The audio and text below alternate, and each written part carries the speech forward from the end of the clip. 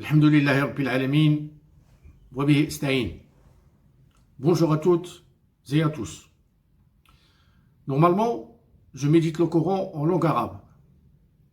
Mais ce qui m'a motivé à réaliser cette capsule en langue française parvient de questionnements profonds d'amis de confession musulmane vivant en Europe qui comprennent mal l'arabe et trouvent trop d'incohérences dans ce que eux croient être la religion, din Allah.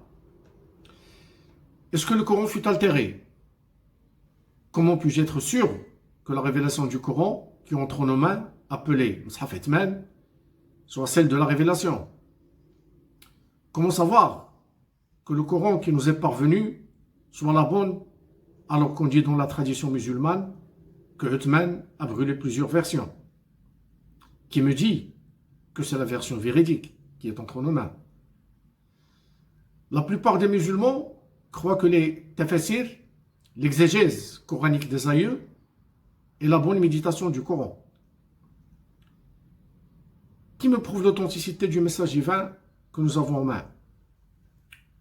Hormis ta foi, tu dois avoir une certaine maîtrise de la langue arabe, une assez bonne maîtrise pour pouvoir distinguer entre l'arabe coranique, lisan al-arabi al-mubin, le langage arabe éloquent explicite, et l'arabe classique des linguistes, l'oral arabiya.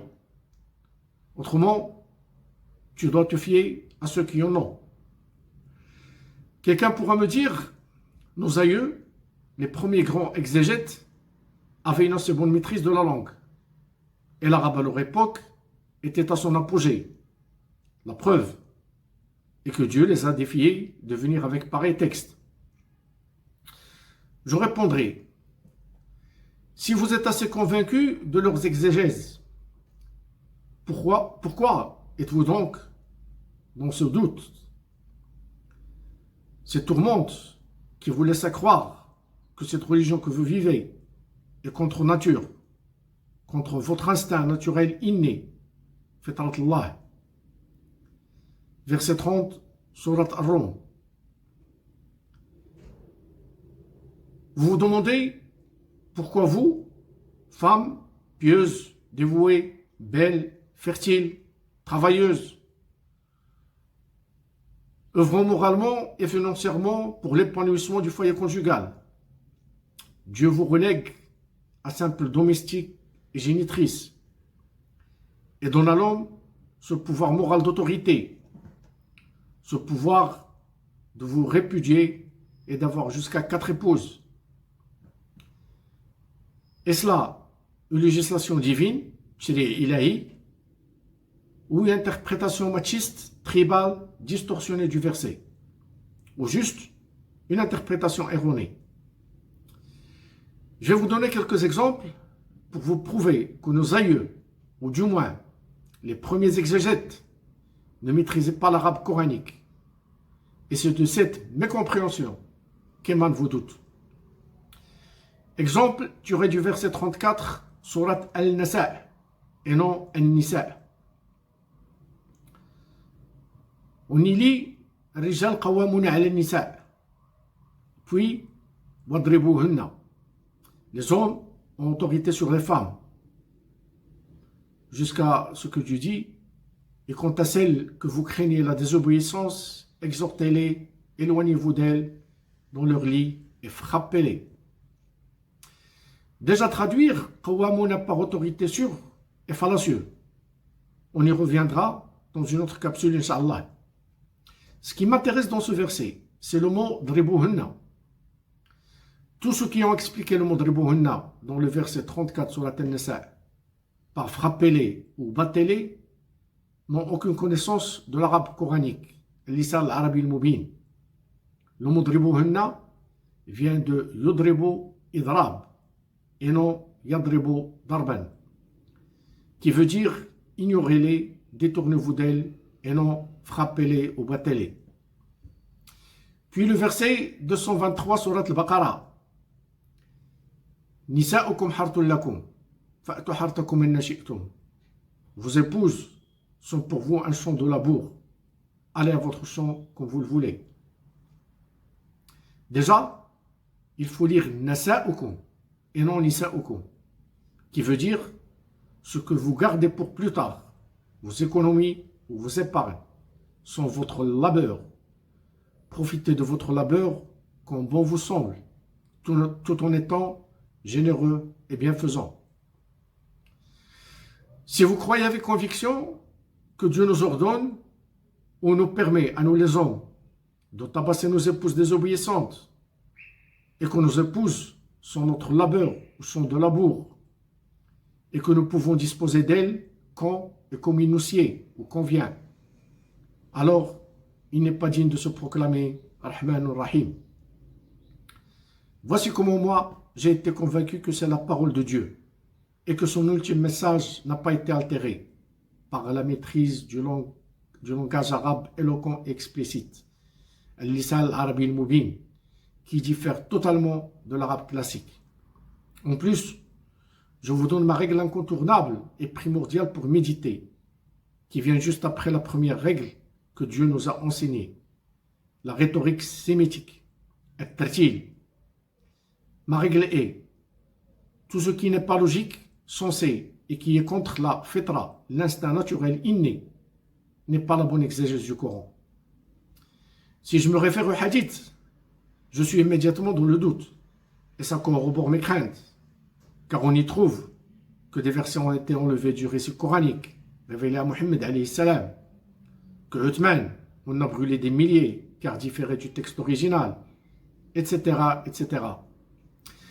Par contre, si ma seule référence et source est le Coran, déjà je dois me poser cette question qui va en quelque sorte me conforter, me rassurer. Pourquoi tous les musulmans, Coran confondus, ont une seule version du Coran?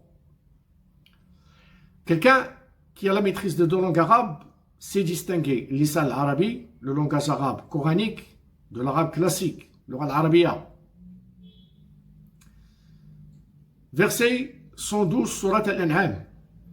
Dieu dit: ainsi à chaque prophète nous avons assigné un ennemi, des diables d'entre les hommes et les djinns, qui s'inspirent trompeusement les uns aux autres de paroles enjolivées. Si ton Seigneur avait voulu, il ne l'aurait pas fait. Laisse-les donc avec ce qu'ils inventent. Quand Satan et ses apôtres ou ses disciples ont su qu'ils ne pouvaient altérer ou distorsionner l'ultime message de Dieu, ils ont créé les hadiths, la deuxième révélation, al-Wahyu al-Thani, versets que Shayatil Ins ont sorti de leur contexte, le verset 3 et 4, surat al-Najm. وَمَا يَنْتِقُ عَنِ الْهَوَىٰ إِنْ هُوَ إِلَّا وَحْيٌ يُوحَىٰ. Et il ne prononce rien sous l'effet de la passion. Ce n'est rien d'autre qu'une révélation qui lui est faite. Des hadiths qui stipulent que des versets manquent du Coran. Puis les fameux hadiths sacrés, les hadiths al-Qudsiya, dialogue de Dieu avec Mohammed lors de la soi-disant ascension, le Mi'raj. On y distingue clairement le style structurel qui diffère complètement du style coranique. Pour pouvoir discuter de la question de l'adoration, les ibadat, et du reste des rituels, nous devons connaître la source qui va nous guider, puis nous assurer que cette source est la vérité. Nous devons donc chercher cette vérité, source de lumière et de guidance, et que nous devons être sûrs de la trouver dans le livre de Dieu, le Coran, et nul ailleurs. Mais avant de chercher cette guidance vers le chemin droit, Sirat al-Mustaqim, vers cette lumière qui nous guide à la vérité, An-Nur alladhi yahdi ila al-haqq, car Dieu est vérité, verset 30, Surat Luqman, et que sa parole divine est vérité, verset 3, Surat Al-Sajda. Dans le verset 164, Surat Al-An'am, Dieu dit: dis, chercherai-je à notre Seigneur qu'Allah, alors qu'il est le Seigneur de toutes choses. Chacun n'acquiert le mal qu'à son détriment, et personne ne portera le fardeau d'autrui.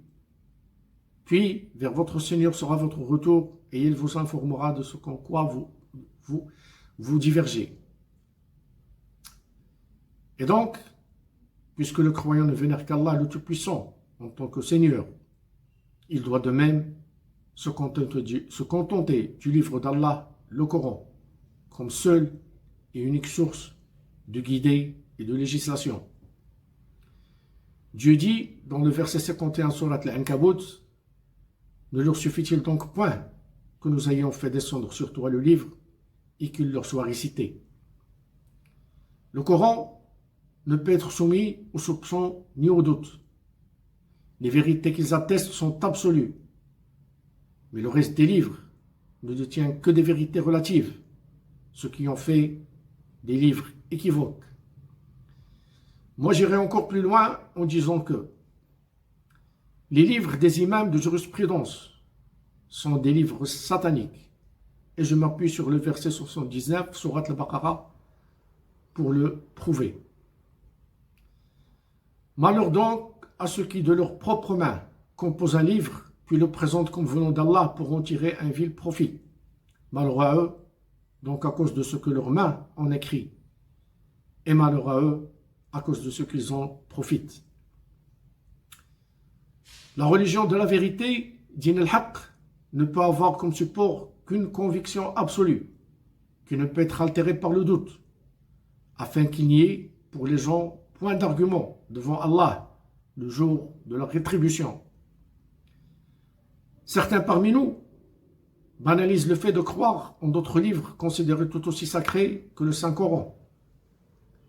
D'autres pensent qu'il leur suffit de croire au Coran et qu'il n'y a aucun mal à croire à d'autres livres, dont le contenu, rédigé par les imams, est prétendu reproduire les propos du prophète lui-même. Or, si l'on médite la parole divine dans le Saint-Coran, avec le langage arabe éloquent et explicite, al-lisan al-arabi al-mubin, on réalise qu'il est l'unique livre auquel le musulman doit se fier et se référer. En effet, le Saint-Coran n'a rien omis de dire. Il est descendu comme un exposé explicite de toutes choses et il contient des versets détaillés qui exposent et explicitent tout ce qui a besoin de l'être. Et on verra ça au fil des capsules. Le Saint-Coran est rappel et sagesse. C'est notre guide vers le droit chemin. Il est vérité sans nul doute. Ainsi soit-il. Il n'y a donc pas de révélation. Car si nous associons au livre d'Allah quelque chose d'autre, nous serions de ceux dont Allah a dit dans le surat Ghafir verset 12. Il en est ainsi car lorsque Allah a été évoqué seul, sans associé, vous ne croyez pas. Et si on lui donnait des associés, alors vous croyez. Le jugement appartient à Allah, le très haut, le très grand. Et dans le verset 45, surat Zumur, et quand Allah est mentionné seul, sans associé, le cœur de ceux qui ne croient pas en l'au-delà se crispe. Et quand on mentionne ceux qui sont en dehors de lui, voilà qu'ils se réjouissent. J'espère avoir réussi quelque part à clarifier ou à dissiper certains doutes. Afin de mieux y parvenir, nous verrons, Inch'Allah, dans la prochaine capsule, comment se reconvertir et déconstruire ce legs ou cet héritage de jurisprudence que nous avons hérité de nos aïeux et qui est en totale contradiction avec la parole divine et en complète contradiction avec la fitra. Fitratullah, allati fatara an-nas 'alayha. Si vous avez apprécié, je vous prie donc de vous abonner, liker, partager et commenter, afin que d'autres puissent en bénéficier et pour que cette chaîne devienne active. Que la paix soit sur ceux qui suivent la guidance.